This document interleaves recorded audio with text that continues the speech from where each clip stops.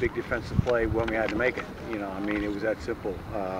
Aaron pitched certainly well enough to win the game, and there were situations during the course of the game where we just didn't make the play that we had to make. And as we just talked about now, pitching and defense wins championship. And when you get into pitching, then your defense has to sort of, you know, be behind it. And we really didn't play good defense in that second game.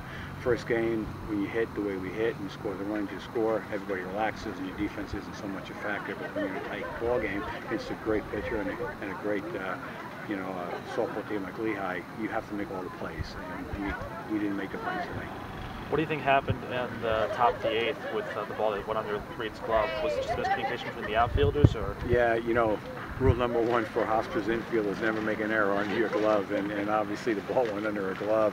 And I think what happens is that the outfielders, you know, got a little, I don't know what the word is, but they didn't go to the ball and back up the ball, assuming she was going to make the play, and then the ball goes all the way to the wall.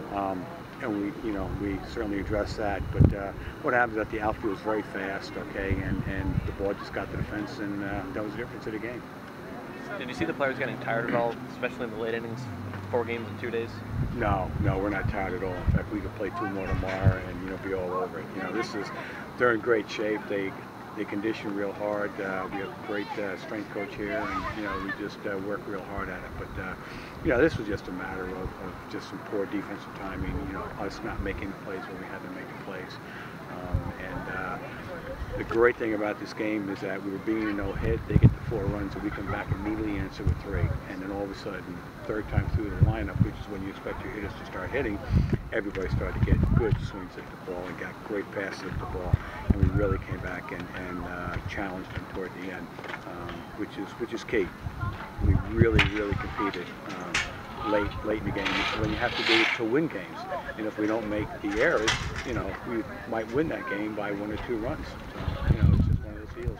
Talk about the effort of Lehigh's pitcher in that second game, not only Boucher, the freshman, because when you look at who you're going to face in the CAA, you have McCall Langford, you have James Madison, their great stars, and also coming up down, you have Jem Minot and Fordham. So you have great pitchers. It just seemed like, is this going to be a problem that if you're facing a good pitcher and the offense isn't going to hit for 4 innings, does that worry you at all? No, not at all. We don't worry about that. We can hit, and we know we can hit, and